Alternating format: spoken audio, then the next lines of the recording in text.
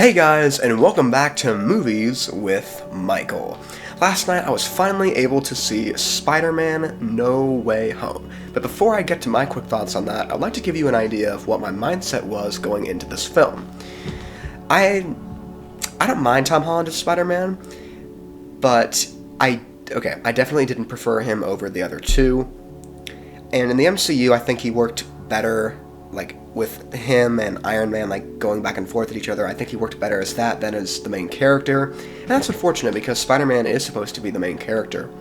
Spider-Man Homecoming, I think it's a solid film. 7 out of 10, maybe 6 out of 10 is what I'd give it.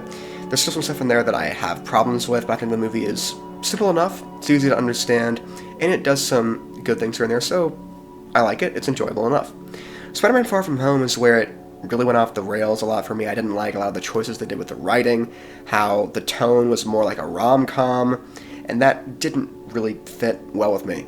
So that's what I thought about that movie.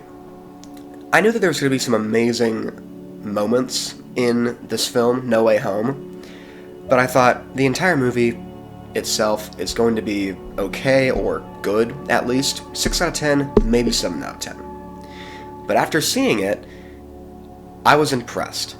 One of my friends called it a comeback for the MCU, and I think what he meant by that is that this movie took time to have emotions, to show ranges for acting, for its actors, and it wasn't so focused on getting the story done. It wasn't focused on, here's how it starts, we're gonna get all the way to the end, and then we're gonna stop. And then, nothing, it just ends.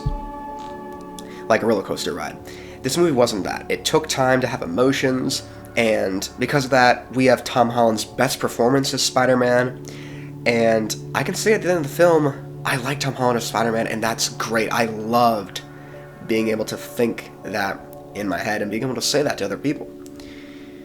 So, before I go on, I would like to say real fast what I think the flaws of the movie are. This movie is not a perfect film. It's not the best Spider-Man movie. I prefer Spider-Man and Spider-Man 2 above it. It does a lot of things right, but there is some stuff with the writing, especially at the beginning, that is rushed and lazy, like having Doctor Strange come in as a plot device, and him being the one that sets the story in motion. I guess that's fine, but again, lazy writing. But let's get to the villains. I initially thought that the villains, most of them anyway, were going to be in there for just a little bit. They were going to say a few lines, we were going to get some action scenes with them, and then it was going to be done. But I was wrong. The villains had to do a lot more in this movie than I thought. I like how, with Lizard and Sandman, they actually had the actors in at the end, very, very quick, but I just didn't want them to have just the CGI models of them throughout the entire thing. Seeing Doc Ock again was good. All the scenes with him are great, and it was great to see him be a good guy again, even with the arms, and really come to help out in the final fight.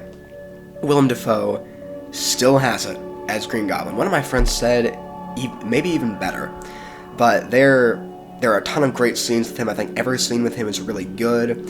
He shows, he seems really excited to be back in the role of Green Goblin once again. That was really good. And, of course, I'm going to say this real quick, the quick little cameo in the first act from Charlie Cox as Matt Murdock, aka Daredevil. That was really fun.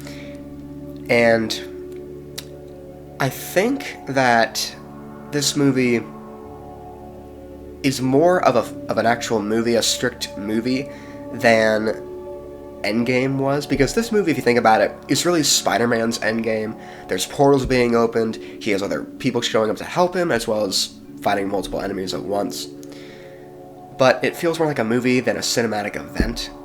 And it easily could have been a cinematic event. It could have just been why don't we have everybody come in? Just for fan service. And again, there is a lot of that inside this film, folks. But the movie finds a way to use it so it can work in the film. It's not just bring everybody in for a fight scene. I love all the stuff with Toby and Andrew, them talking to each other about being Spider-Man, them having to mentor Peter about who being Spider-Man is, but also Tom Holland's Peter kind of teaching them how to work as a team, because they are just loners. But in the film, Tom Holland is more Spider-Man Then Iron Man Jr., he's on his own, and, spoiler alert, he makes his own suit. He makes his new suit, which is very reminiscent of the classic blue and red.